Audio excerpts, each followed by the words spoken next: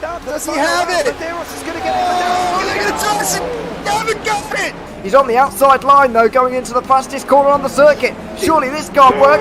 Dominic Ligner has got a sensational run outside line now, though, for the heavy braking zone. Around the outside goes the Audi R8. Look how much Miller's caught back into play. Exactly. Miller's still start dropping. He's not on second and change. All of a sudden, Miller's back in play. Can Barry do it? Big Barry's going to do it.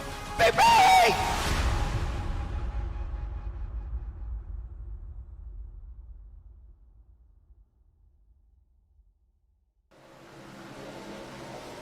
Good evening and welcome to the Triple Bypass Round 3 live from Iowa Speedway. I am James Parfitt, going to be joined in the booth by Kenton Sportak this evening as we take you on a journey around the wonderful Iowa Speedway. Broke ground on the 21st of June 2005 and it opened in the 15th of September 2006 at a cost, mind you, of nearly $70 million.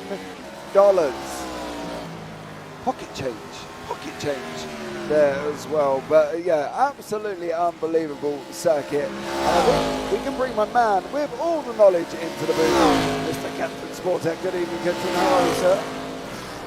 I'm doing well. It's looking like a lot of fun, and anytime you get to race under the bright lights is always a great time. Yeah, definitely. I think we're going to be in for an absolutely barnstorming race here this evening. I cannot wait for this.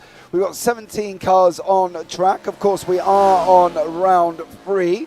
What we will be able to do is bring you up the current scores at this moment in time as we go here. So this is the current score on the doors after 2 events. Zach Rufflesberger is in first with 96 points.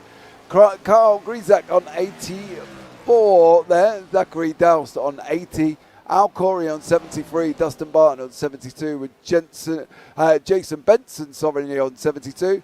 Matthew Peruzini on 71. Joshua Cornier on 70. Then we've got Justin Bentley on 68 with Misak Keshkin on 68. Excuse me if I've said your name completely wrong there. In 9th place. And then Ben Harcum on 64. Patrick Dalbenberger on 63. John Crutchley on 53. Clayton Cantrell on 41. Ryan Trevor on in 15th on 36. Alex Goff on 35. John Campbell 34. Tied with Brian Cooper.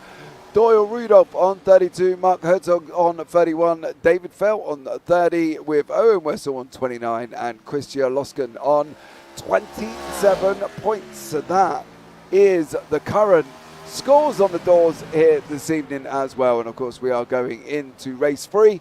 It's going to be absolutely amazing. I'm sure there's going to be no issues whatsoever over the next 145 laps. Kenton, is that right? Yeah, not a single one. I can almost not guarantee it at all. It will be. I think it'll be a pretty clean race. The track has a pretty solid spacing to it. It's not super narrow. Incidences are going to be a little bit easier to avoid with that. However, for the most part, the infield is not very big. There's not a lot of space coming around the corners.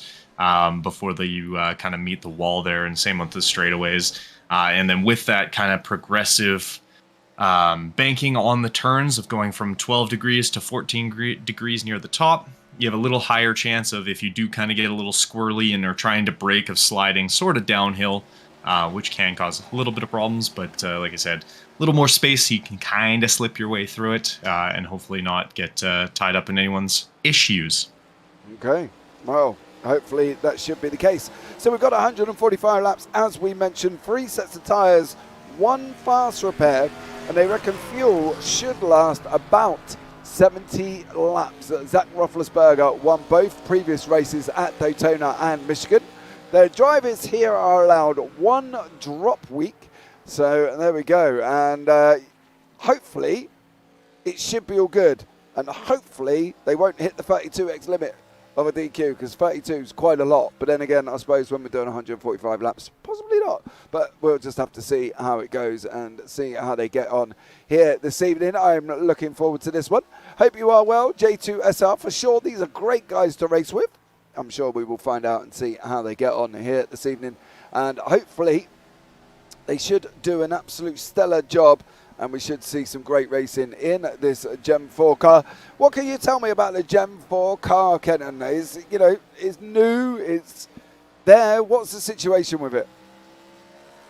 So it's kind of an interesting car in itself. So it's very similar to the Arca. If you haven't seen it, the Arca cars, it will look identical.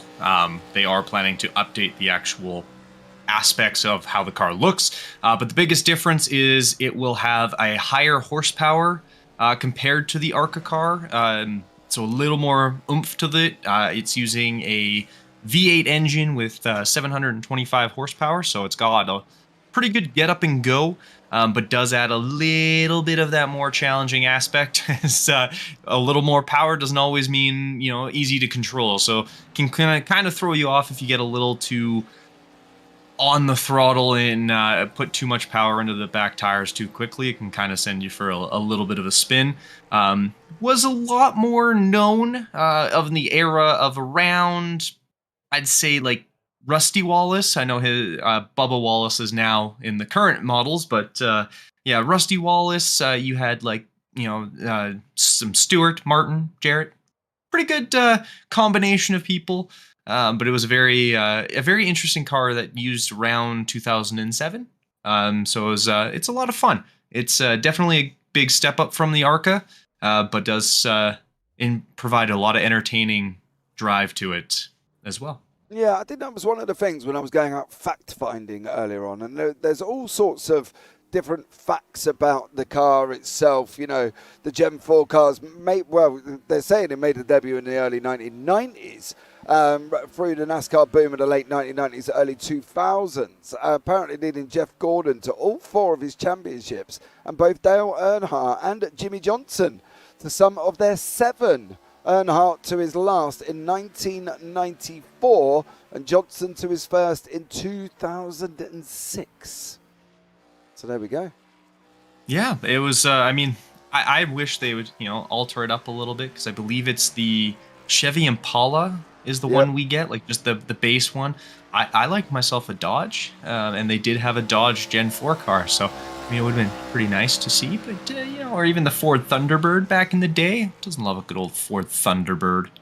Ooh, now you're talking.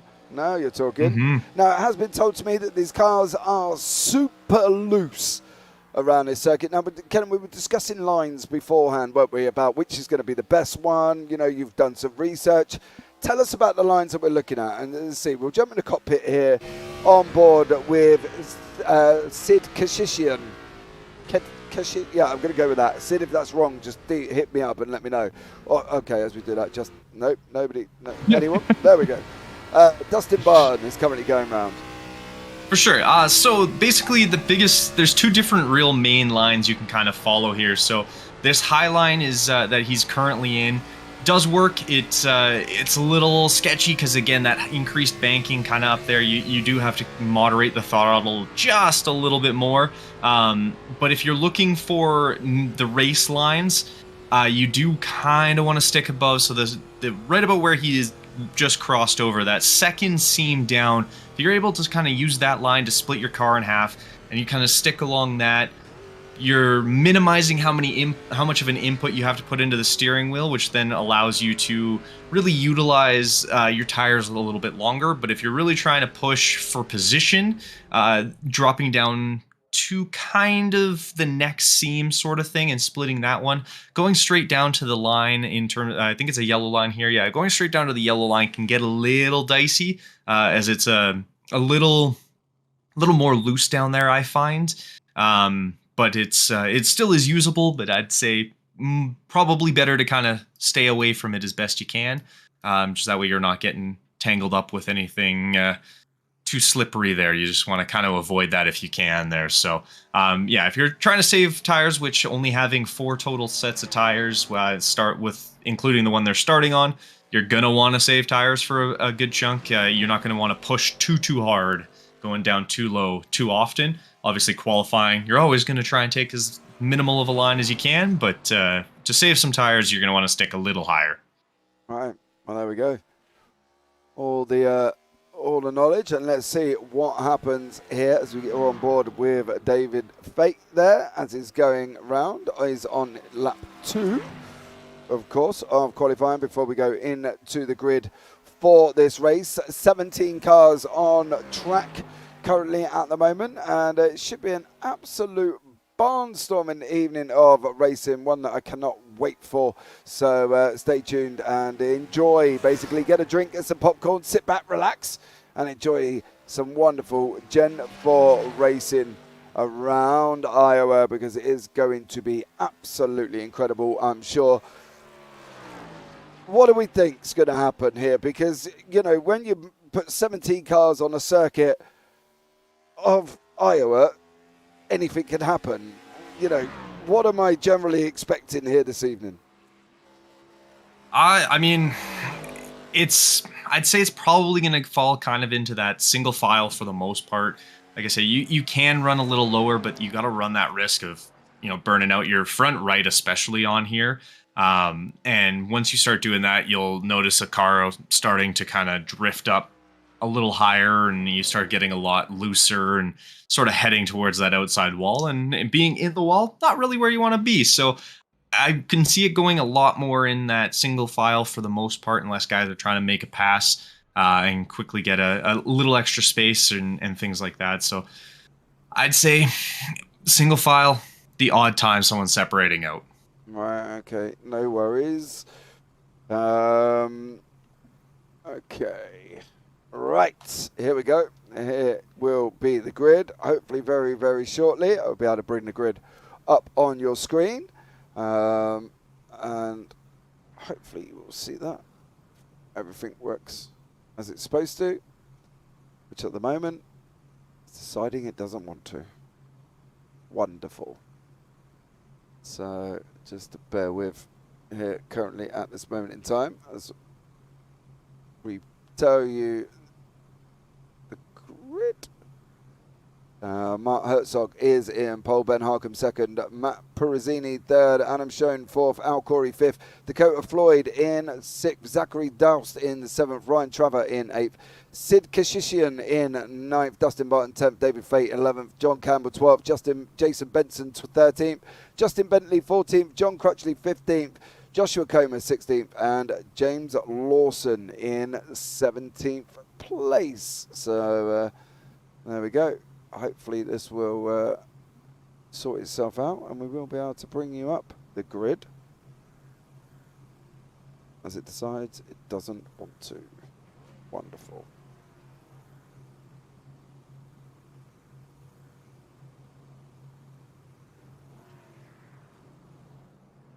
Right.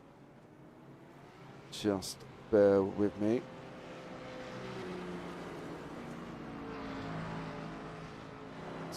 To start my wonderful live timing.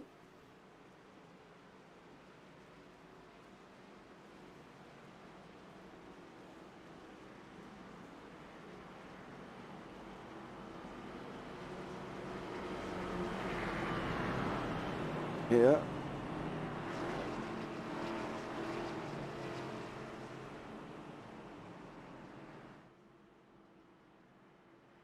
Okay.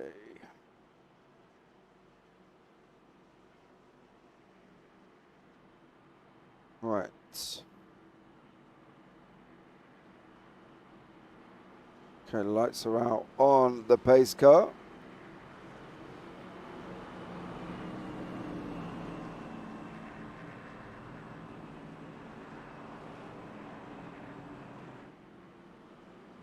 Be one lap to green, and hopefully we should be good to go, Kenton. So there we go. Are we all ready? I think so. It looks like pace car should be off pretty quick here. Okay, just bear with. There's the grid. Could have done with that a minute ago. Right.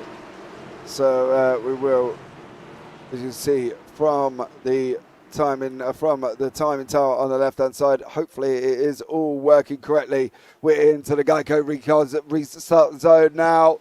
And away we go. We are going to be under green currently at the moment, and it's Mark Herzog in the front of the grid. Ben Harcombe second, Matt Perosini third, Adam Schoen fourth, Al Corey fifth, and Dakota Floyd in sixth place. Ryan Traver has just made the place up into seventh currently at the moment, and Dustin Barton also moved up one with Justin Benson and James Lawson. It looks like he's not on the grid. Everybody got away cleanly so far, Kenton. Yeah, it was very clean getaway. Herzog definitely got himself a nice little jump there. He's kind of holding into that kind of sort of tire-saving-ish line. Looks like Harcombe is trying to make a little bit of a move by going a little lower, a little more shallow on those corners, just trying to keep as much momentum as he can. But I mean, it's one of those things. It's risk reward. You can get a couple faster laps and stuff like that, but then you got to concern yourself with, okay, how are these tires going to work? Knowing these guys, they probably have done a few practice laps just to get kind of familiar with how it's going to feel and how the tires wear, but you're definitely going to not want to stick that line too long. Yeah, definitely there as well. Zachary Dowse from here in the number 71 car, of course, battling away quite nicely at the moment. He's got Al Corey in front of him in the 45 car up front, and Mark Herzog and Ben Harcombe are looking at open a gap. What do we think on draft on this car? Because we talk about draft quite a lot when we're doing ovals. What's the situation here with the Gen 4 cars compared to the modern day DAS cars that we've got now? So the air that comes off these cars is a little dirtier, and if you don't know what dirty air does, it's just, it's that disrupted air that kind of affects how a car's aerodynamics work. And you can kind of see how these cars do, and especially if you look at them directly on, they sort of have a weird lean to them. They almost look like they're off-center, and that's largely due to, the era and stuff. The newer things, they're a lot straighter. There's less of that kind of awkward side lean. And basically what that allows it to do is create more downforce on one specific side, and increase how easy it is for them to turn left around these corners, trying to help them kind of be able to pull that off. Now, drafting can disrupt that a little bit if you're really up close and really in the slipstream sort of end of things, or kind of right on their bumper, sort of like this. This isn't bad. You're not going to get too much disrupted air that the car behind that Harcombe will be really feeling, because he's up nice and close. I mean, he needs to stay a little more in line to get a little more of that draft, but you definitely can utilize the draft pretty well in these cars. It's not going to be, I don't think, as massive of a gain as the next gen cars are, but they are definitely knowing how to utilize as much of the draft as they can for the era. Right, okay, so no worries there as well. Douglas Bramble in chat. Let's go. Laurie Harcombe goes 78. I'm going to presume you are the wife of Ben Harcombe, unless you tell me that you're your sister, and then I am deeply sorry for my comment on that one as well. But hopefully I will get that one correct. I'm normally pretty good when it comes to family trees, as we found out from other series that we do. We had the whole family in the other day, didn't we, for one Mr. Terry Spainhour for the BSC. Yeah, I think it was all the way to the grandparents. Yeah. Which was quite scary, really. A little bit, yeah. A little bit. But there we go. That shows the support for the drivers as well. Don't forget, we have got Jason. I've got Jensen Button in my head here. Come on. Jason Benson here as well. And we've got the 16 car on our right-hand side. That's Justin Bentley and David Feet in the 11, of course, battling away quite nicely down the field. Currently in 10th, 11th and 12th place. So that should be an interesting one as these guys start shooting around this racetrack here as well. Talked about fuel earlier on, 70 laps. Do we think we're near enough, right? It should be pretty close to it. I know it's always hard to judge 100% because you're going to save fuel. If you're in a draft, you're obviously not putting as much power down the whole time, and you're getting a little more distance per lap, lap of fuel, basically. So it does help extend that fuel stint a little bit. Obviously, if you're spinning, that's going to cost a little more fuel to be used. Or if you're, not lifting and coasting going into the corners, and that's going to be a big thing that'll also help save with tires. Going directly into the corner, if you lift and coast a little more, you're going to save a little more gas. You're going to save a little more on your tires, not burn them out quite as quick. So can go a little bit longer. And I mean, it's going to come down to strategically on how they want to utilize their tires. If you're wanting and fuel, if you're really wanting to push long, you kind of have to hope there's not a ton of cautions. If you're hoping to push a little harder, you want to hope for caution. So it's kind of, you got to play it on how the race is going and kind of how well you know the guys around you in terms of how they're going to drive. Yeah, I think that's always the interesting thing when we talk about ovals and we talk about tyre wear and we talk about lifting and coasting and braking and not braking and rolling, and there's just so many attributes involved in NASCAR itself. You know, obviously being from the UK, we sit back and think, you only turn left, that's it. You know, we got Formula One thrust at us constantly, and then we got the BTC touring cars that is literally just, well, it's just manic, to be fair at times. What are we doing here though? Because primarily, you know, are we braking or are we lifting and coasting? What's the situation going around Iowa? So for this track, you don't need to brake.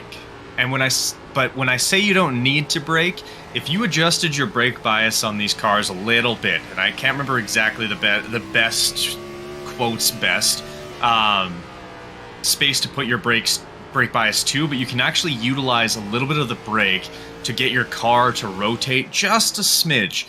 To kind of help you get into these corners, because a big thing with these, you don't want to apex too late on them, but you don't apex early by any means. You're kind of aiming for a late middle apex to try and utilize. So using a little bit of brake can actually help you get through there. You do run the risk of, if you brake a little too much, you can lose some speed.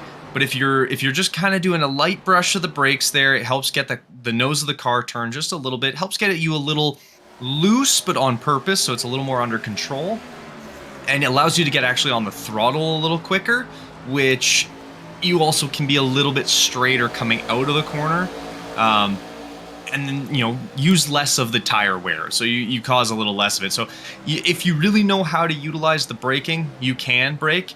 For the most part though, most people will just lift and coast going through the corner and just use the car itself. So kind of depends how you want to run it, and what you're comfortable with, and how well you have control of that car there. So there's a lot involved to turning left round a racetrack with banking and four turns here. Perezzini is currently flying though. He got a nice straight run currently out of 3 that set him up for this lap, and he's pulled himself alongside Ben Harcum here and currently trying to get onto the back of Mark Herzog. It's going to be a difficult one, isn't it, really, because Herzog seems quite controlled. He's running that sort of medium to high line that we were talking about earlier on, that probably would be the best line to run, and he seems to be sort of a little bit more under control, where if we look back at Ben Harcum, he's a little bit more up and down the track. He's using the middle line, the outer line. He's trying to use the draft as best he can. What would you be doing currently sat here if you're only on lap 21 of 145? Yeah, for me, I would want to be where Herzog is. If you're up front like that, and he has a little bit of a gap now, it's less than half a second, but in ovals, it's quite a significant gap there. And basically, he's just now run it, keep it smooth, and you don't have to worry about it. The unfortunate thing for Harcum is he's got Persini. He's got Persini right on his tail, so he's got to play a little more defense to try and keep him behind.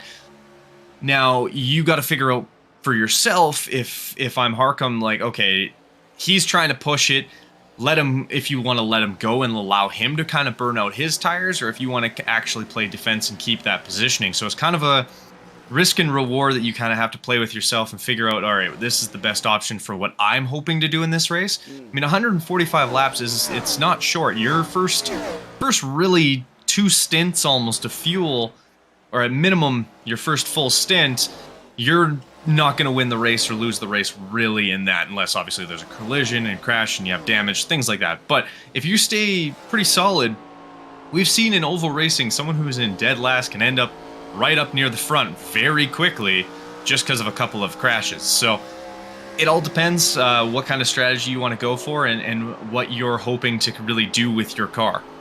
Well, Perezzini here is hoping to do quite a lot by the looks of it with his car. The Canadian, of course, is sitting in 3rd place. It does look a little bit more quicker than Ben Harcum, I'm not going to lie. And that isn't any disrespect to Ben, because let's be real, anybody would be quicker than me around this circuit. But I'm just wondering whether or not it's worth Harkham actually just letting him run that low line and taking that position away and then follow him along, would you say? Because we were talking earlier on and you said the low line is a bit more tyre burning than it is running the outside where Ben currently is at the moment. Yeah, like if I'm Ben, it's like at this point I would just let him go. Like he's pushing, he's trying to really get that spot ahead of you. Use him for a draft, stick on him. If he wants to keep running that really low line, he's gonna, his tires are gonna eventually burn out and he's gonna start losing time. Now, obviously, you're hoping a little bit more that there's no caution in the next little while and that it's all going to be green flag pit stops, which are a little interesting on this track, but you're going to have to really decide, okay, yeah, it's best that I let him go and just kind of sit behind him and try and reel him in when his tires start going, and I'm going to focus on saving my tires and push near the end of the stint. So kind of depends on which version of a stint you want to do, is make a big gap and then kind of hope you can hold on, or lay back and reel them in near the end. So just depends on what feels comfortable for you. Yeah, with no stages, of course, in this series. It is a straight run to 145, so unless any major dramas happen, currently at the moment we will be running green and under green flag pit stops, which, as we know, 23-second stop. What are you going to be, a lap down?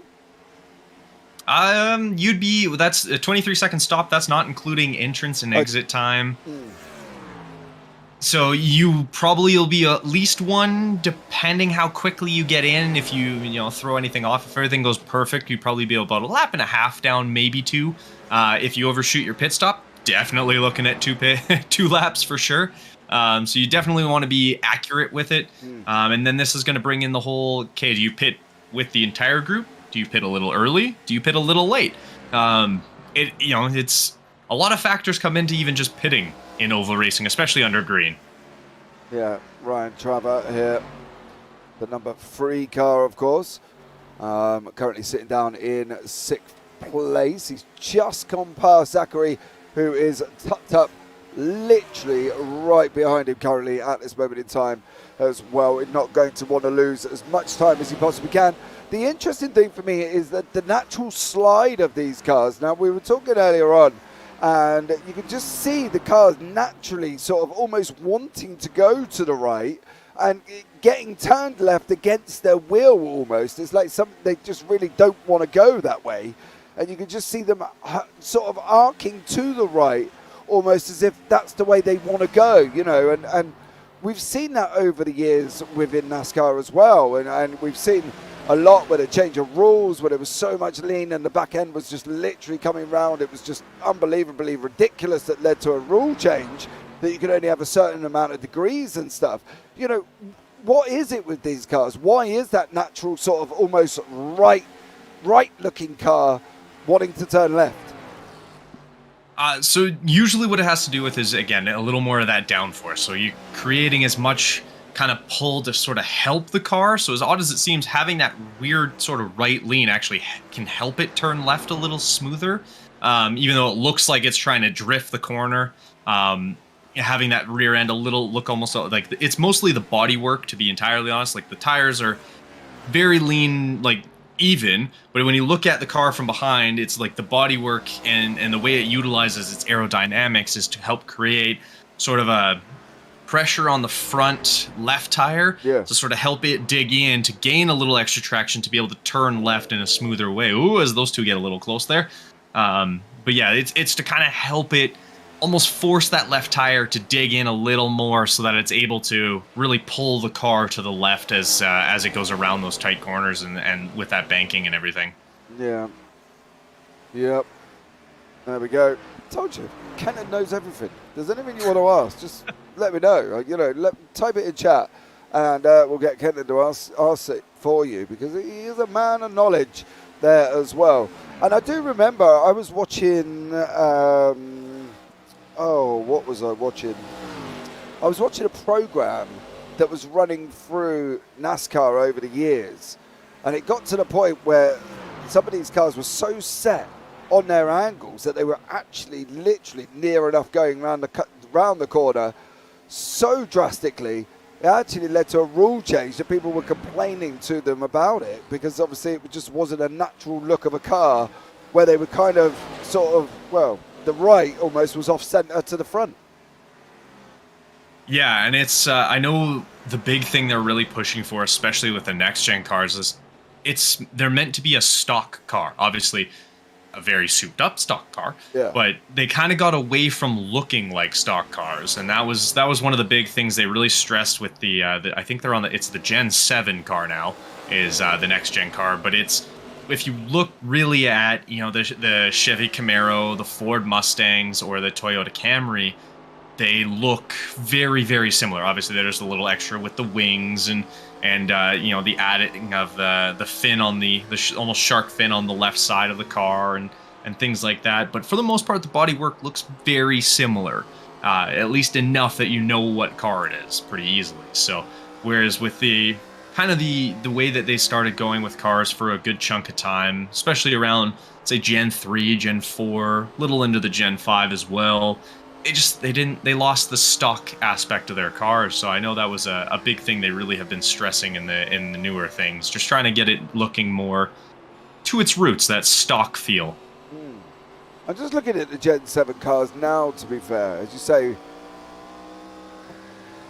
it's a difficult one from obviously most people's perspective of the Gen 7s. Don't get me wrong, they look sleek and they look, you know, gorgeous, and you sit back and think, yeah, put me in one. But you know, they're probably not as easy to drive as they look at the moment, and I think that's the difference, isn't it, over the years, how NASCAR has developed, how the change has developed as well. We've just seen Al Corey go round past Ben Harkham here. Ben must be having a little bit of trouble at the moment. It looks like maybe his tyres are starting to drift away. He's been up on that high line though, which was normally the better line. But Al Corey and Adam Schoen here, looks like they are catching Ben, and Ben seems to be going backwards more than he's going forwards currently at the moment. Last lap time 25.23 compared to 24.99 of Herzog, 25.02, 25.13 and a 24.87 from Adam Schoen. So slight little worry at the moment for Ben. A little bit. I think it came down to just the battle he had earlier on in the race, and that kind of causing him to, I think, burn a little more than he was expecting the tires to kind of go. Yes, he stayed a little higher, but I've also seen a couple of wall rubs, and that's always going to slow you down just a little bit. He is having a pretty solid duel with Corey, as Corey is on that inside line there, which can obviously lead to a few interesting times way down there if he starts burning those tires. And I think you're going to have to almost change tires before you're going to have to really worry about fuel in these guys with how everything's been going. The downside and the concern too is going to be coming into about this corner. If you don't get down actually early enough, there is a couple of bumps coming out of into turn one there that can kind of unsettle the car and leave you having to do a little bit of a understeer fix and things like that. And once you start doing that, it still burns your tires as they get a little close there. Yeah, Adam Sean and Harkham getting a little close to each other, but yeah, you definitely want to sort of stick to that higher line unless someone's trying to get by you, and then you got to decide what kind of stint you're hoping to have. Yeah, I think from Harkham's point of view now, I don't think he's run the high line. He's been up on the high line for pretty much the majority of the last 46 laps. He doesn't seem to be really moving away from that high middle line that we were talking about earlier on. I don't know though if I'd want to be dropping down unless he feels that comfortable on what he's doing, I guess, currently at the moment.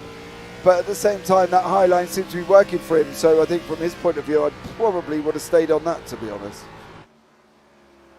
I mean, I would have, but again, it depends on what his tires are feeling, and a couple small adjustments to how his car's feeling, he might be trying to now adjust for that. So it's always hard to necessarily say exactly how it, we can say how it looks like the car feels, but if he's going to have to read into it a little more and see how the car's reacting going into and out of corners and stuff like that. So yeah, it definitely will be there as well.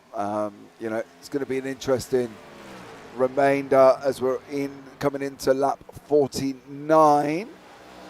nearly lap 50 already here this evening. So it's been an absolutely great start so far. Nobody's sort of, putting themselves in a dangerous position that sits back and thinks, uh-oh, this could be an issue. Don't forget, all these cars are on a fixed setup.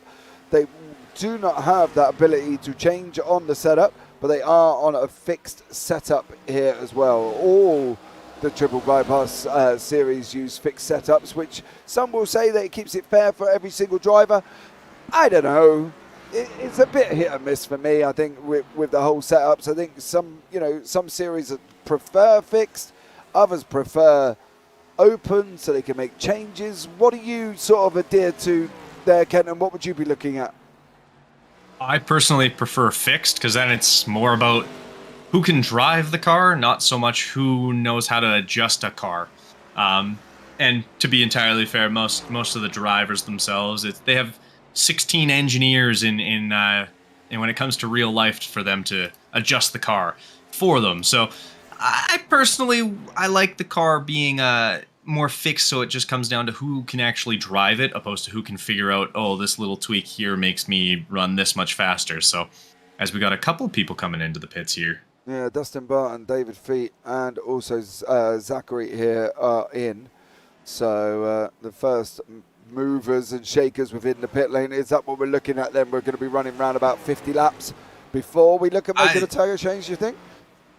I think so. I mean, 50, I don't see them really trying to push past 60.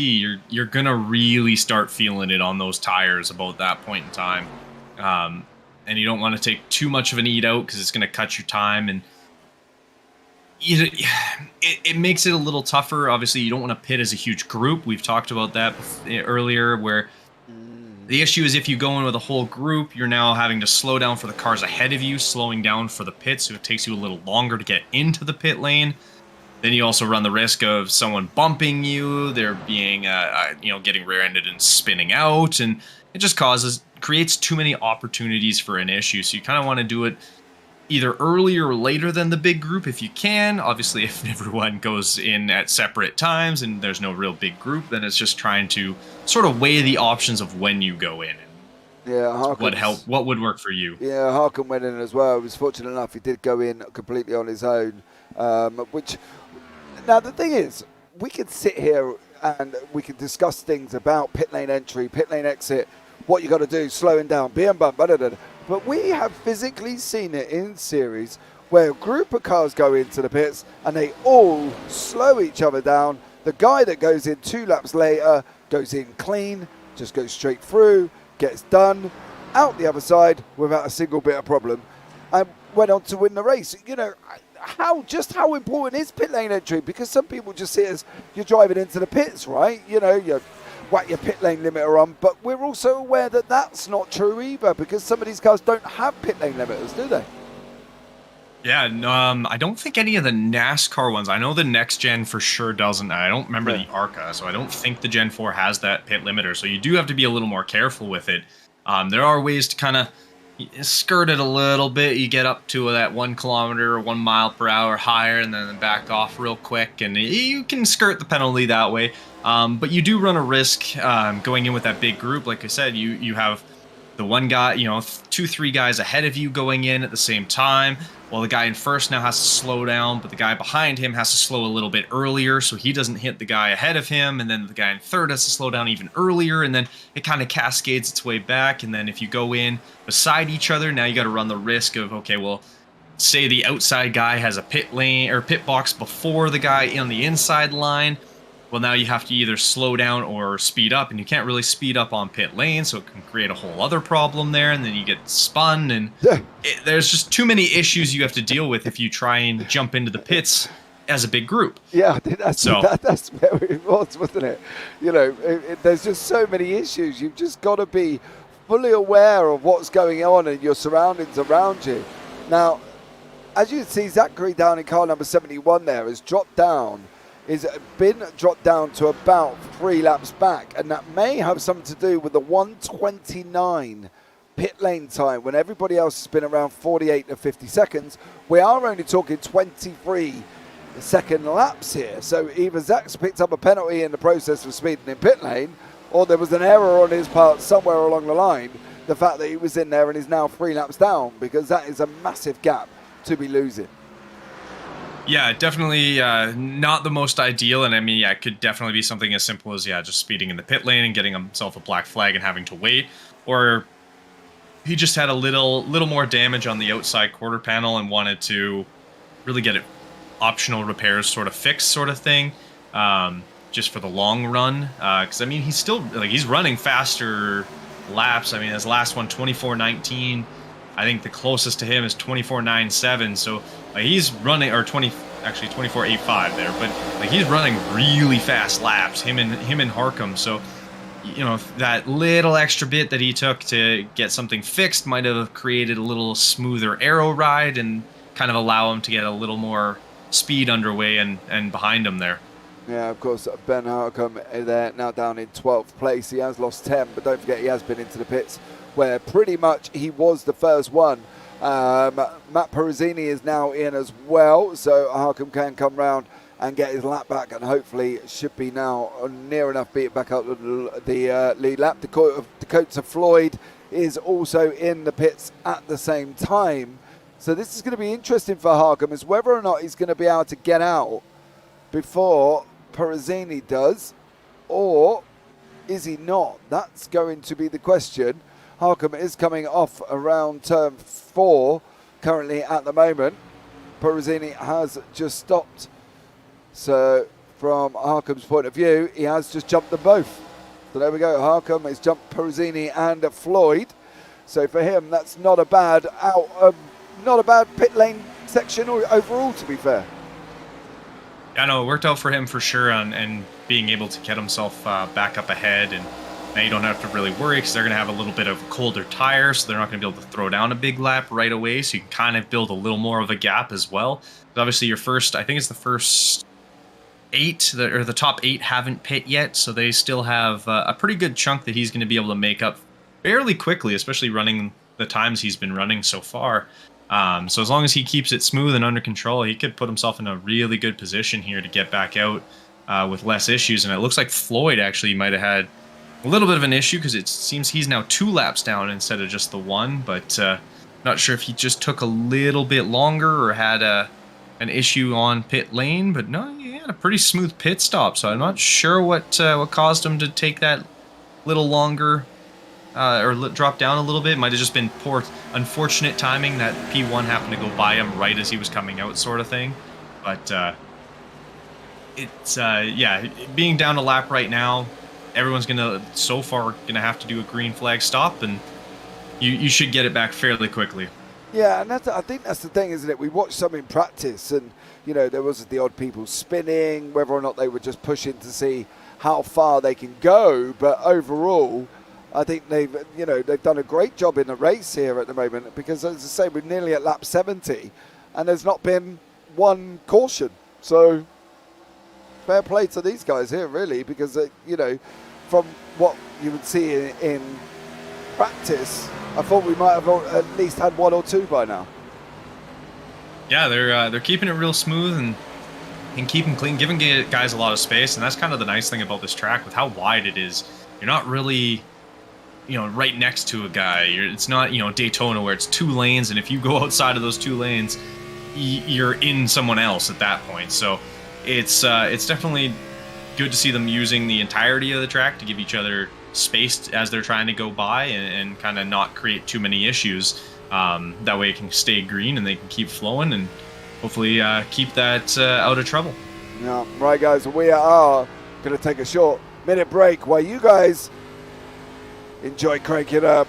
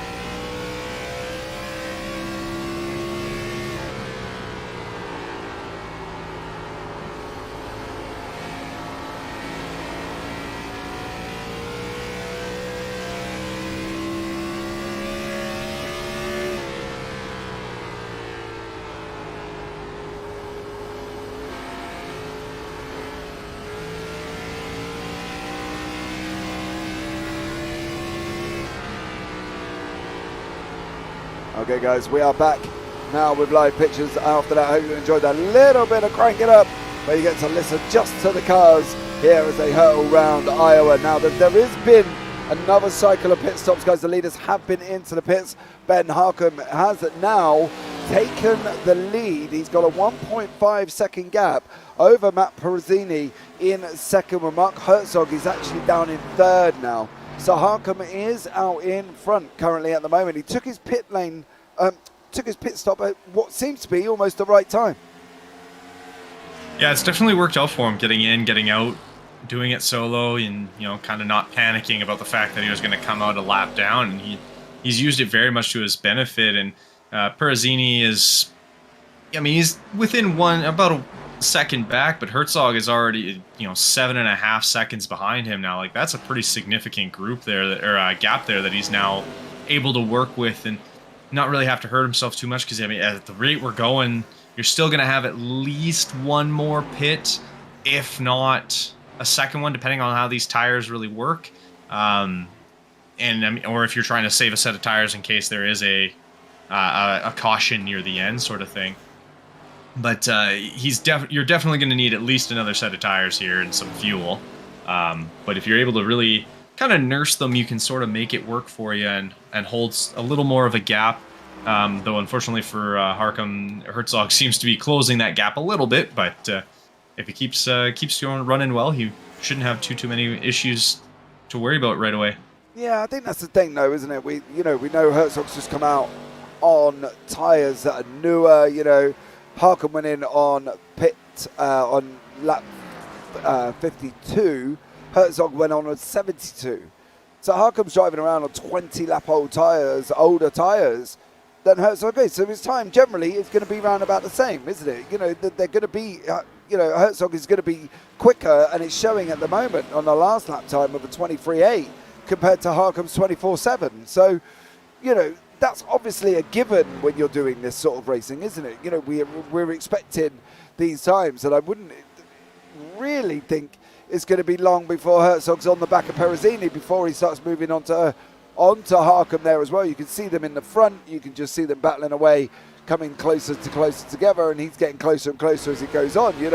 Perezzini's up the road there, the second car in the picture, so he's not going to be too far away at all. But it's expected with the fact that his tyres are 20 laps younger than Harcum's in first, and 10 laps younger than Perezzini, who has just managed to take the lead. Yeah, and if you're Harcum, like, okay, you take that into account. All right, they're 20 lap older than everybody else, or than third, and 10, 11 laps older than first now. But if he has his own pit strategy, which he obviously will, since they're racing each other, it's not like a team as if it's in Formula One where you've got two guys on the same team sort of racing each other, but mostly just racing to maximize points. Like, he's going to be really pushing just to keep himself in where he needs to be, and it's one of the things a lot of oval racers kind of get in their head, especially on this, is like, oh, okay, well, now he's passed me, I got to keep pushing, and then they end up completely burning their tires, slamming into the wall because they're now understeering and sliding up the wall and getting a little loose and things like that. And then instead of being able to kind of really hold their ground, they sort of get in their own head, and it causes them to lose out on positions, and they end up just completely losing it as it is. So he looks like he's holding on to himself, just staying within himself. He's not trying to force anything to sort of happen. He's just kind of allowing the race to go how he wants it to go for himself, and then kind of react from there. Yeah, I think that's the thing. He doesn't need to be really sort of pushing at the moment. We are on lap 84. We're going up to 145. It's 65 laps remaining here. Don't get me wrong. The fact that we were just talking during the Crank It Up section here, and we did sit back and go, we are both shocked and surprised that we've got to where we got to lap 70 without any cautions at all. I think from what we saw in practice is got to be a big props to these guys in this league driving this car. Yeah, they definitely seem to know what they're doing, in a sense that they know how to push the car and when to push the car without really creating too much of an issue for themselves where they're over pushing the car. They're not trying to overdrive it. They're kind of keeping it within themselves and kind of utilizing, okay, I can go a little faster here, or I'm going to back off a little bit here and let this guy kind of take this spot, as it looks like Herzog is right up on Harcum now as he tries to get by. But just kind of knowing that you're on a different strategy than someone else's. I mean, like we said, Herzog is on 20-lap newer tires. He is going to be faster. But if you've laid out your tire strategy to be smoother, or in a different way, he's now hoping that Harcum's now hoping that nearing the end of the race, he's going to have the fresher tire and able to push a little faster. Well, that's the philosophy, isn't it? That's what, should be what happens, right? The fresher tyres can move a little bit quicker, and it should be that way inclined, really, where the guys who are on the fresher tyres should be able to push faster. But as we've seen across theories with NASCAR, that anything can happen, and I think that's the uncertainty still. Even though we've still on lap 89, coming up to 55 laps remaining, it's still that uncertainty of what can happen and when it can happen as well. Because we know with iRacing, the triggering cautions is it's just hit and miss, isn't it? You slide at 1 minute and you're going sideways down into the bottom of the track and you don't get a caution, and then the next thing you're going sideways up into the wall and boom, there's a caution out and nothing's consistent. It's a little bit hit and miss, isn't it? And the fact that obviously these guys have got to lap 90 and we actually haven't seen one caution, I think is just so impressive currently at the moment. For sure. And yeah, it obviously is going to come down to if your race strategy is only your race strategy until it doesn't work. So yeah, you still have to, you almost need to make sure, and I mean, hopefully you're not having to pull the Ferrari in last season and going, plan L and plan R and stuff like that. Like, hopefully you're able to keep somewhat of a plan, but you do have to have kind of a contingency in place for anything. So you kind of have to go, okay, well, if it stays green, this is what I want to do. If there's a caution in sort of this time frame in terms of laps, like, all right, this is what my plan is. If there's a caution at this point, after that, like, say it goes green till this point, I've already had my first pit, and then there's this caution. So you kind of have to have a mental sort of game plan at all times about how you're going to change, how you're going to react to certain situations, and hope that it works out in your favor, that what you did plan actually was the correct sort of idea to go through. Sid's lifted. He's even. There's no power. Listen, watch that rev limiter. Oh yeah, he might be clutching in, it looks like. Yeah, looks like he's clutching in and he's fuel saving every single turn. And he's just done it for the last 3 laps at every single turn. And that needle just plummets. Look, nothing. Yeah, and that's definitely an option you can do. You just sit there and you really try and force the fuel saving by taking advantage of what your car is able to both stop doing and doing. Whether that's clutching in, or I know I've seen in when I was watching some of the like Coke series like e-drivers, one of the guys during the safety car would straight up turn off his car. He had a button specifically to turn off the ignition, and he would turn it off so the car would cut completely just to save fuel, and then he would flick it back on, get it all started back up, and then start going. So it was like, I hadn't even thought of that. Like, I didn't even know that was a thing. I wouldn't have thought that they would be doing that, but clearly Sids has got a plan in his head here, as we're going to watch Herzog just about probably take the lead here soon as well. He's closed down his guys. Harcum's now back into third, 4.7 seconds back. Perezzini's in first. Herzog is in second there, car number 57. You see it on your screen currently at the moment. Again, that's not something we've seen. There's not been any races that I could think that we've covered that where they have been clutching in as much as Sid has been clutching in every single corner. And it's a little more of an advanced sort of idea, because it does obviously really work, but it also is going to take a lot of your momentum and your speed away from you as well. Like, when it's at least in gear, you're still getting a little bit of that power push through, so you're not losing as much, but at the same time you are burning a little bit of that fuel. So if you're able to if you know how to do it and you know how to utilize it for yourself, then it definitely can work. But if you don't know exactly how it's going to work, or You don't want to clutch in and get on the gas too quickly that it causes your back end to light up and get a little loose, as he just did there. Yeah, he managed to save it there. But like that kind of thing, obviously, like you want to do it, but you don't want to lose it because of it. I think that's the thing from Sid's point of view here. He seems to know what he's doing as we are coming up to that 100 lap mark. And then we're down into the last 45 here this evening as well. I hope you've all been sitting back and enjoying the racing. We definitely think if they're only going, if Harcom's gone 53, by 106 technically he should be in again. If my maths are correct, 53 doubled, you know. But the problem is with that, he's going to be losing out at the end, isn't he? I mean, it's going to depend. I mean, if he goes in at 106, he's going to have, by the time everyone else comes in, it could, unless he's really been, and see, it's going to depend on how he tries to push this stint. He might have come in on 52, which was a little earlier, obviously. Like, some guys were able to push it an extra 20 laps, a good chunk of people. So he might have come in and gone, okay, game plan for this, little shorter on the first stint, let's push a little longer on that second stint to kind of extend it, and then getting that third stint being a little bit shorter and trying to just really push them at that point. So it's going to be, it'll be definitely interesting to see what he decides to do, because 106 should roughly be around when he's looking to come in, but it's all going to come down to sort of what he actually commits to doing. I'm wondering if he's going to go, can he go 20 laps longer? That's going to be the question on tyres on lap 52. Is he going to try and go to the 70, which puts him up around about 126 though? Because that's a long old way on tyres that are quite a few laps old at that point, isn't it? It seems a bit bizarre, but if he goes in on 106, I suppose technically he can run to the end then. And he might even try and just cut the difference there. Like, okay, 120, that's a little stretch. Let's go 112.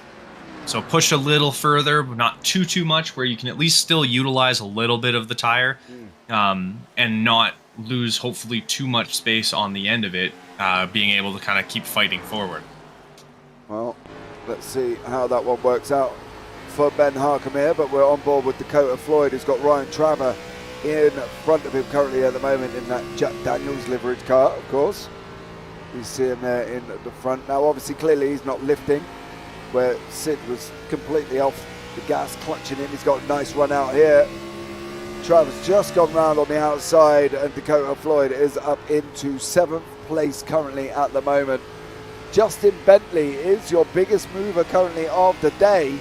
Justin here up 11 places in that number 16 car currently at the moment. He is the biggest mover. He's done an absolutely stellar job to get it up 11 from 14, and seems to be running around rather well, I think, currently at the moment. Yeah, he's keeping his head down, just kind of doing his own thing, getting through, as he Persini looks like has come into pit as well. So I think Harcom is looking to kind of push his tires a little bit. This 107, like, you're looking almost 30 laps on these tires, and we saw how much faster Herzog was on 20 lap newer tires. So you kind of have to think he's hoping he's able to push real fast and real early and open enough of a gap, but it's going to be a little tight being able to do so and not run a risk of losing out. Yeah, I think that's the thing here for Harcom. He's got to make that choice. He's there in your picture now, the number 78 car with Al Corey's just about to run round underneath him. Corey's on a 24.96, Harcom's on a 25.23 last time out. So it's going to be interesting to see here how far he can go. He's already 3 laps over what would prospectively be the double stint that we were talking about when we said about it. As you see, Holy Rollers, hot sauce. Nice livery as well. Corey does run underneath. Hey, you go props where credit due here. These guys have done a stellar job, haven't they? Some of the liveries look really nice. Yeah, they do have a pretty good ones. I'm still waiting. I'm curious who pulls off the James face on the hood first here. Oh yes, that's yeah, in the BSC, wasn't it? He was like, I've got a new livery this, Louis, and he's took the picture off my profile page and stuck it on his hood, which was quite amusing. Harkham has gone in on 111. Harkham in on 111. So he's going to be pushing for 34 laps here to see how he gets on and see where he comes out. Currently at the moment, the leader is going to be coming past him, which is Mark Herzog. It's whether or not he can stay in front of Perezzini. Perezzini's on the back stretch, of course. Harkham has not yet stopped. He's got to drive all the way around. Yeah, it's weird. The pit lane here starts really early and pulls you to almost the full other side of the track. So it does get a little interesting trying to work your way through it there. Okay, so now the fireworks are going to start really for Harkham. This is going to be his push moment, isn't he? He's got to be hammer time almost as he comes out the pits in 12th place. There in front of Ryan Travo, who's 8 seconds back. Oh, is he going to stay in front of Herzog? That's going to be the thing. For him, he needs to, doesn't he? From his point of view, he cannot let Herzog through, regardless of the situation. Obviously, you know, he's on lap 110. Herzog went in on 72. So it's going to be interesting to see how this one pans out. This is going to be a battle of the pit stops, I think, here, Kenton. If these aren't planned right, they could be in trouble. Yeah, it definitely can cause kind of a little bit of an interesting decision to make as you're trying to fight your way through sort of the field here. And I mean, his tires are going to be now 30 laps newer than Herzog, so he should really be able to open a pretty solid gap pretty quickly. And I mean, at this point, you can see he's going right down to the line. He's really going to start pushing, especially for the first couple of laps coming out of there, get them nice and warm and kind of create as much of a gap as you can between yourself and Herzog, and hope that he's able to kind of really create some space as he tries to track down Perezzini, who I'm assuming, hoping is going to have some tire issues later on with the, say, what is almost 10 lap newer tires. So he's hoping his can last just that little bit longer and he's able to reel everything in. But it's going to be very dependent on sort of these next couple laps and when Herzog and Bentley, Corey all decide to kind of come in and get a new set of tires. Yeah, if they do at all, to be fair, because he didn't go until lap 72, so technically it should be lap 144 if you're going to double up their stints. Obviously, you know, in the light of things, we got Perezzini went in on lap 106, Harkham in on 4 laps later. Sorry, I'll get my teeth to work here. On number 110. So from that point of view, it's going to be interesting to see what Harkham can do. He's just Joshua Kona and Jason Benson are battling away behind him. They've not pitted, of course, currently at the moment.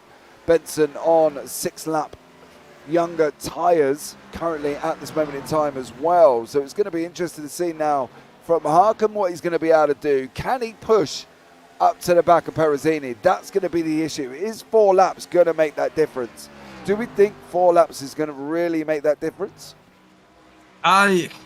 It's hard to say necessarily. If it depends on how well Perezzini is able to kind of nurse his tires, I guess. Like if he's been really pushing them and stuff, then yeah, that 4 laps that's going to be massive. But if he's been sort of laying back and kind of letting the race come to him a little bit and not pushing himself too hard, he might be able to kind of minimize the difference between that kind of gap there of only a few laps. So. Yeah. That'll definitely be his hope. Definitely will be as well. Benson in chat there, car number 42. We are actually on Jason Benson as you've jumped into chat. So there you go. And low IRL, Jason Sticky Fingers Benson. Well, he's on your screen, gentlemen or ladies. So you've jumped in at the right point here as we are following Jason Benson, currently chasing down Joshua Kona to see if he can get currently in front of him at this moment in time. I think from his point of view, he's going to be wanting to try. He is on tyres that are a little bit younger. So there we go, Dakota Floyd is in. He's going to be passed by Perezzini very, very shortly, as well as Harkham at the same time. So it'll be another gain of a position for Harkham here as well. I'm wondering if Harkham has just also suddenly played that master stroke where he went in that little bit earlier, goes in on the second stint a little bit longer later, and he can make them tyres last to the end. I think that's going to be the interesting thing. Yeah, that might be the better way to have done it, but I'm very curious as to what Herzog ends up doing. If he's going to try and push these tires and just try and do a one-stop, like, he's going to be running on pretty much fumes by that point, and it's going to get a little hairy trying to get through there, and those tires are going to be gone by that point. Like 70-lap-old tires, like you're going to be kissing that wall a lot, and it's not ideal. Usually touching the wall means you go a little slower, so you're definitely going to want to avoid that, as we can see that spot right there that we've talked about, that little bumpy section that you want to kind of avoid going into in turn 1, 2 area there. You don't want to hit it. It's kind of that in between turns 1 and 2. It can unsettle your car and kind of introduce you to the wall a little faster, but not ideal for sure. Definitely not. Ryan Trevor just made that move past Jason Benson. Benson's down into 10th now. Perezzini here in the 24 car. Just looks like he's been in the 9. Kashian in the 19 has just been overtaken by Perezzini in the 24. So there he is, Matt Perezzini. So let's see how he gets on here as well. Herzog's still not in, mind you, and everybody past 4th place is 1 lap down. The guys in 4th is Adam Schoen, who's just about, no, not just about, he's got probably a whole corner away from going a lap down here, the number 79 car as well. So are we seeing Herzog push it for full time? Do you think he's going to one-stop it? He's either got to go in real fast, or he needs to start putting a little more emphasis in, because I think Perezzini, like, he's unlapped himself. Yeah. On those tires, and you can see Herzog his tires are screaming at him. As he gets turned, no, that's going to bring out a caution flag. Oh, that is not ideal if you're Herzog. I mean, now everyone's basically going to come in for tires. I was just about to say, everybody should come in for tires, and if you're not, well, you're crazy. Get into the pits, get some new boots on, and go again. But let's have a look back and see what happened to Mark Herzog here. So who's the number 4 car on the outside? That's Joshua Kona. You see them coming round now. Did Herzog run up? It looks like he just got a little bit loose. Obviously no malintent or anything with that. It's just an unfortunate timing, as he comes off high though, doesn't he? He comes off low, it goes up high. Kona didn't really move out of that line. Yeah, and Kona kind of came a little off the wall, though it is in the tri-oval section, so I could it's in a weird spot. It's not necessarily, I think you're being nice. I mean, it does come off the wall. I don't think it was on corner, as I think it was mostly on Herzog on that situation, but it's going to be one of those kind of hard to say for sure, like, oh, it's 1,000% on him. It's like, he could have stayed a little higher, but I think that's mostly going to be on Herzog. Hold on a minute. How much higher did you want him to go? He did come off the wall, but it is in the tri-oval, which is a little of an awkward spot. I do think that was on Herzog in the sense that, like, again, not in no malicious intent or anything, but it was just a little unfortunate, as he kind of came up high and Herzog was kind of trying to go down low. Right, let's see here as well, and we're going to have a chat with Al Corey under the caution currently at the moment. Al, good evening. How are you, sir? I'm well, thank you. How is the race going for you? It's all looking a little bit more tire based currently at the moment. My hair is on fire. Okay. Is there any? Was your VR got too hot or something? It's just really tough to hang on to the car on these old tires, and unfortunately, I was in a great position there. I had fuel to the end, and one of the few that could, I think. And anyway, we're going to do a restart on some freshies now. So we're thinking now it's going to be a straight sprint to the end, isn't it? 16 laps. No doubt. It'll be all out here, and with fresh tires in the field, it could be pretty hairy. Well, there we go. Well, yeah, I will say congratulations, though, to getting where you got to with the first caution. Not going to lie, that's impressive. Well, thanks very much. We'll see if we can bring it home in a top 5. Yeah, good luck there, bud, and we'll put you back in the room. Have fun. Everybody has gone in, apart from John Campbell. Now, I don't know, but I'm pretty sure that's a mistake. Yeah, especially on 70 to he last got his tires at 70 in the lap 72. So yeah, I'm gonna say it's. It seems bizarre that he hasn't. I don't know. Hey, maybe he knows something we don't. Like we like to say, there's a reason we're up here driving. Oh, well, I'm not up here driving. Or I'm sorry, talking and not driving. Yeah, I'm driving and talking at the same. Yeah, well, real talent here. Yeah, Kenton's in officials, everybody, at the same time while he's talking to me. So he's driving around in his own official here as well. But at the end of the day, John, I'm sorry, sir, but I think you may have made a little oopsie there. I'm not going to lie, because the likes of Harkham is tucked up behind you as well. We've got to wait for them all to spread out where they need to be, of course. But I think from John Campbell's point of view, he may have just done a boo-boo. There's going to be a lot of wave rounds, I would have thought. There will be a couple of waiver rounds. I'm curious if Harkham ends up getting himself able to unlap himself. The nice out there. Oh no, he's not. Ooh, that could be unfortunate because he is still a lap down too. Surely he must have got a waiver round. It doesn't look like it, actually. And if you really know what you're doing, if you were Campbell there, knowing you're going to get a wave around, you're going to end up at the back. Yeah, I would have gone in. Well, everyone has to travel slow and snag a quick pit stop, get some quick tires on there, and hop back out and still be in a pretty good spot. But no, it depends, I guess, where it puts him. Yeah, well, 14 to go, and he still didn't go in. I'd have gone in. I was saving. Saving, says Joshua, as the lights are coming on once more. Justin Bentley has bolted already. It looks like he's made that move and he's currently out in front, and we are once again racing here for the last 13. I think Campbell's made a boo-boo. I've got to be honest. I think Campbell has made a boo-boo, but then again, what do I know? Here's Bentley's just pulled a master stroke and is gone already.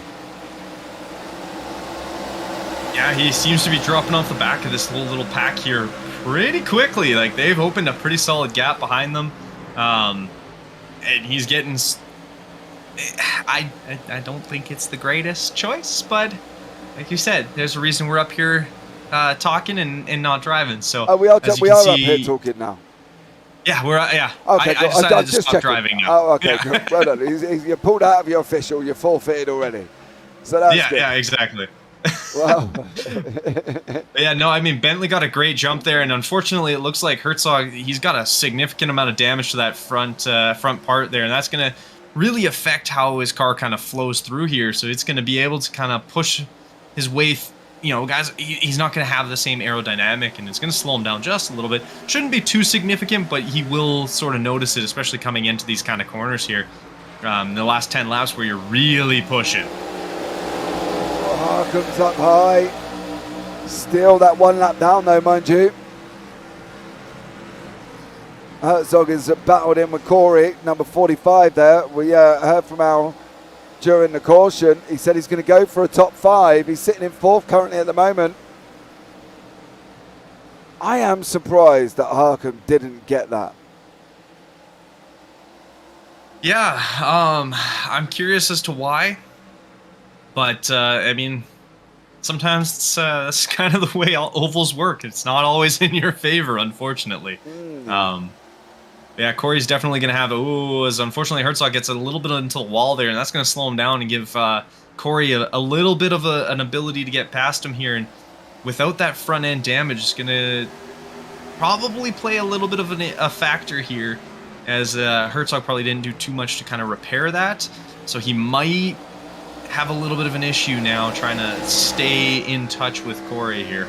Yeah, you can see it on the front there of his car. It looks like he has just run into a post, unfortunately, with that little indent off the front. As we say, it's not going to be doing him any favours.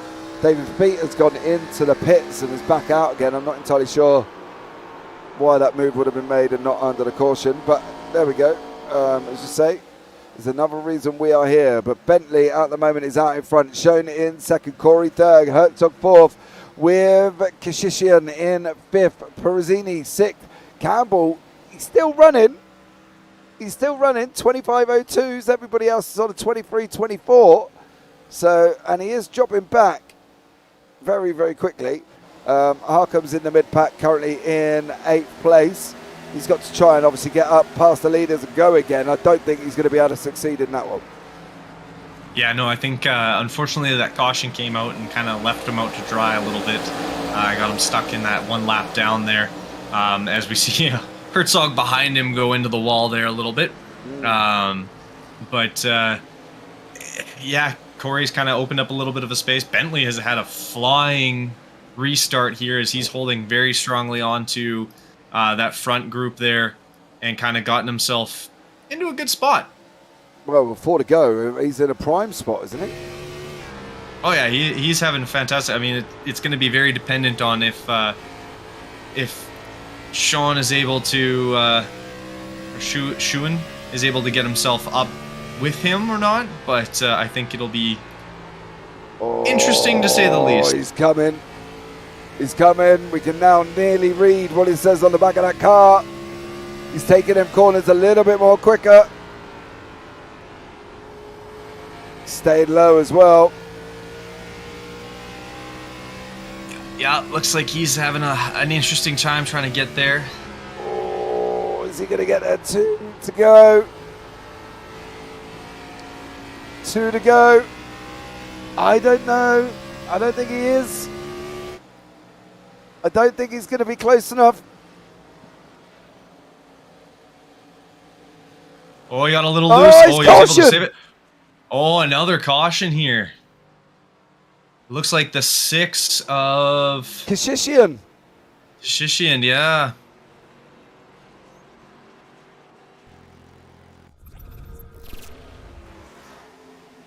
Oh, he just got tied up with Herzog there. Yeah, it looked like Herzog that he got a little tangled with and unable to kind of keep it out of the wall. Yeah, he just comes up. Oh, Herzog hit the wall. It's all going wrong for Mark Herzog at the end here. And unfortunately, Kishishian and Herzog, both of them making contact. Okay, come on. Who's going in? Looks like Floyd, Herzog, Campbell, Kishishian. This man. could work out a little bit. Harcum's going to get the wave around there, so he's going to get the lucky dog, it looks like. His first one a lap down, of course. We will have a green and white checkered, so that'll be... I think it said 1 of 2. 1, yeah. 1 of 1? I believe it's 1 GWC. So it's definitely going to be an interesting end to this race. See how we go. Now, this is going to put everybody in a completely different position at the moment. Harcum's now in 5th. So we always blame Sid. JC comes in and starts walking them now. Well, we'll have to see. That one wasn't Sid. No, Herzog come off the wall. Herzog come off the wall on that one. So, yeah. I don't think Sid can be blamed for that one. No, he went up expecting Herzog to kind of stay close to the wall there, and it looked like, yeah, Herzog made contact, got himself off the wall, and just unfortunate timing that they both made contact with each other. Yeah, free to go. GWC on the cards. Well, Herzog got the full wave around and was able to get up into the top group here.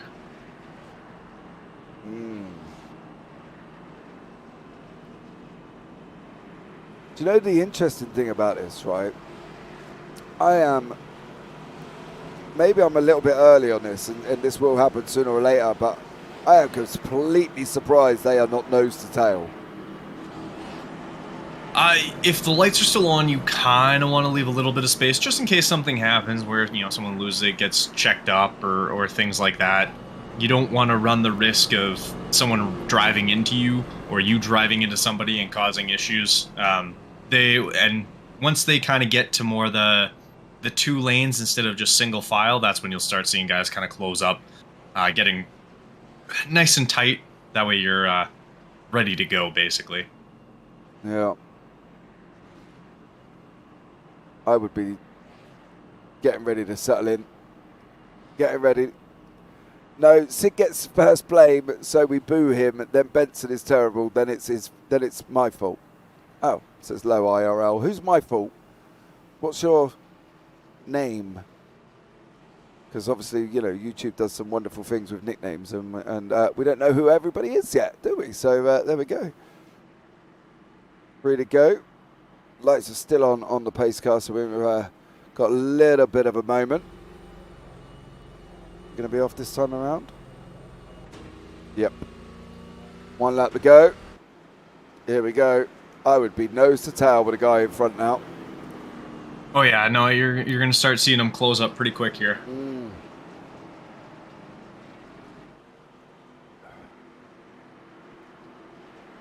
All right.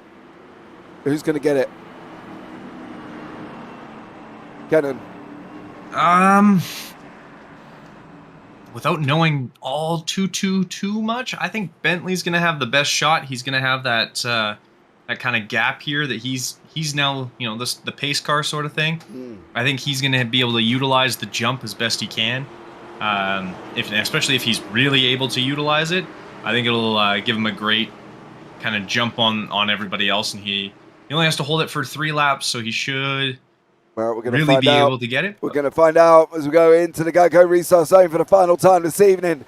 GWC on the cards. Bentley's making the bolt. Shown in second. Perezzini in third. Corey in fourth. Kashishin in fifth there as well. Here we go. Stay tuned because it's not going to be long until we find out who's going to get this. And I got this funny feeling Bentley is going to get it. He's just bolted already. 2 to go. Let's see what happens this time around, but I got a funny feeling it is all going to be on Bentley here. Kenton, final lap of the race. What do you reckon?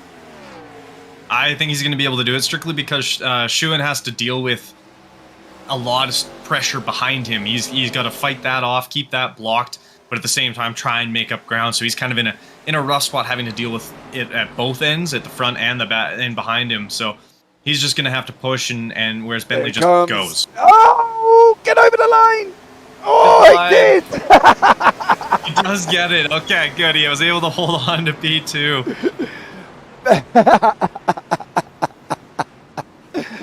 Adam Schoen totally Tokyo drifted it across the line, but it was this man, Bentley, who took the victory here this evening at the end of the 145 laps. That was absolutely amazing.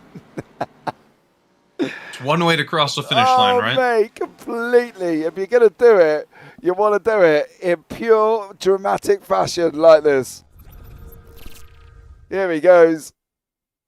Round he goes. Oh, is he backwards going around? Oh, he did a full 360 to cross the finish line. Style points for sure. That's got to be at least an extra point or 2 on the official board.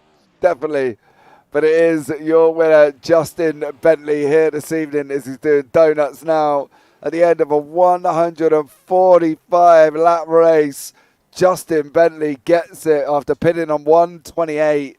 And there he is now doing donuts. Absolutely incredible. Great job from him.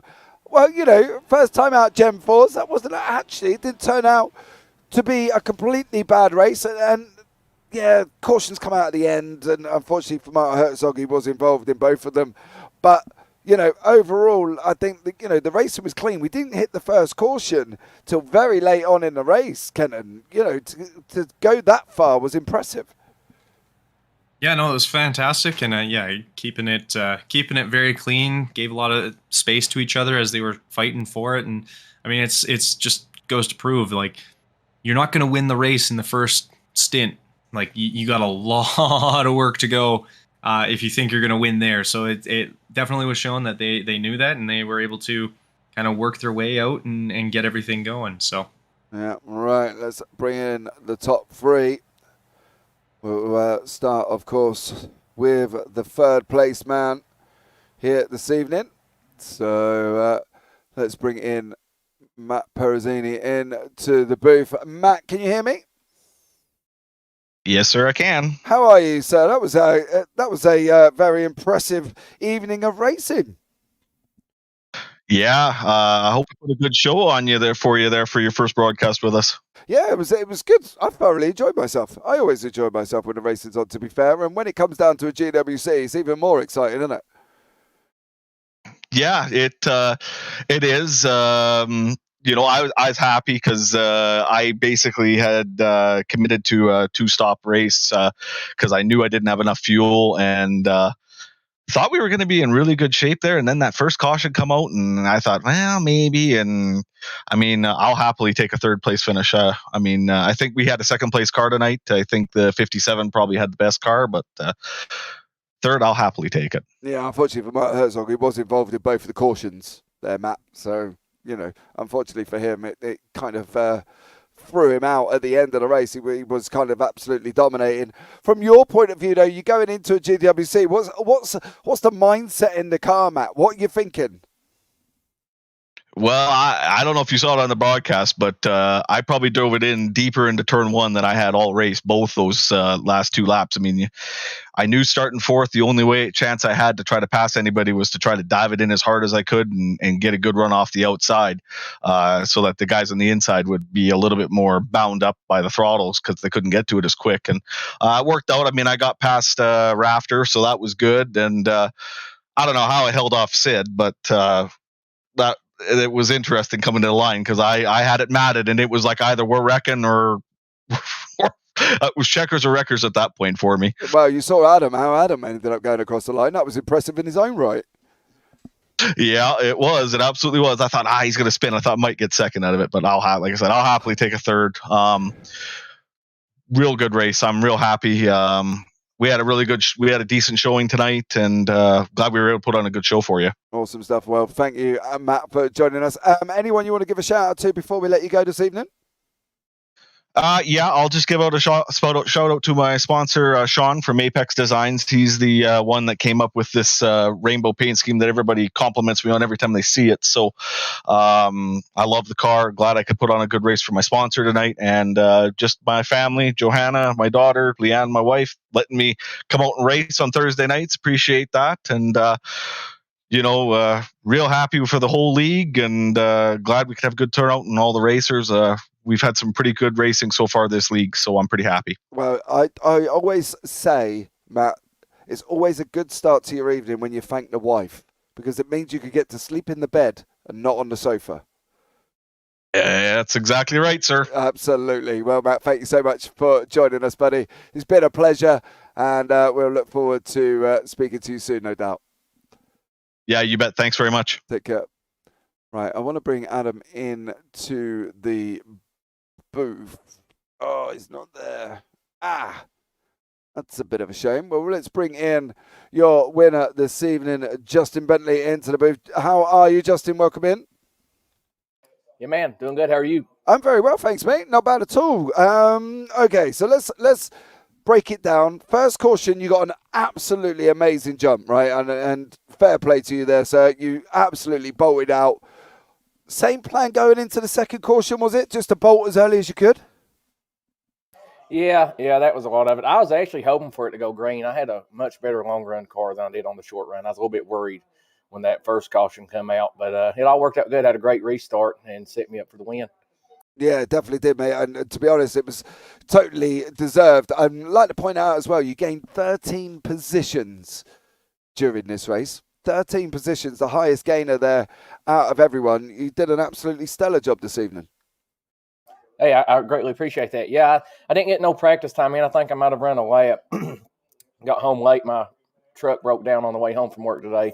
Got a late start, qualified awful, just learned throughout the race. And there on that first green flag stop when we pitted, I I felt like I had something for the car. I think I drove up to third during the green flag pit, so I was happy with it. Yeah, I think overall, mate, to be honest, if I'd have gained 13 places and come from near the back and managed to take the victory, I'd be over the moon at the moment. I'd be jumping off my chair, spraying champagne like I've won it in real life, to be honest, because that was absolutely impressive, mate. It really, really was. Was there a philosophy going into the race? Did you sit back and think, I've got to do 2, I've got to do 3? What was the pit stop strategy going on in your head?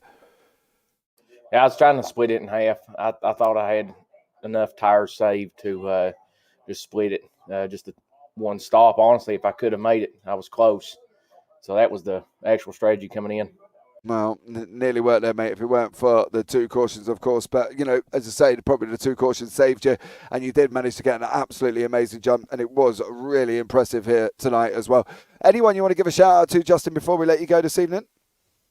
Yeah, for sure. I'd like to thank you for the broadcast here. It's nice to race, broadcasted race.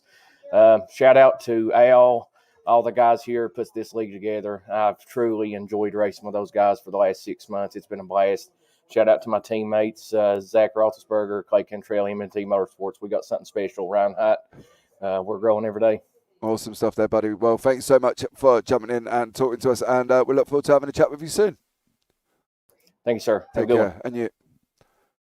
Right, so there we go. I tell you what we will do is bring in Al Gorey back into the booth. Al was aiming for his top 5 finish after we last spoke to him. He managed to get the top 5 finish and had a front row seat for Adam Schoen crossing the line in a very unfortunate fashion there as well. Al, welcome into the booth, sir. How are you? Oh, terrific. Thanks. Well, you got your top 5 like you wanted to. I did. I was between a rock and a hard place there. I was top 3. Do I stay out and keep the track position, or do I go in and risk being back in the field? And as it turned out, I lost 2 positions to guys with fresh tires, and that's okay. Top 5's really good for me there, and fantastic race, great track, great car. Yeah, absolutely. It was impressive as well.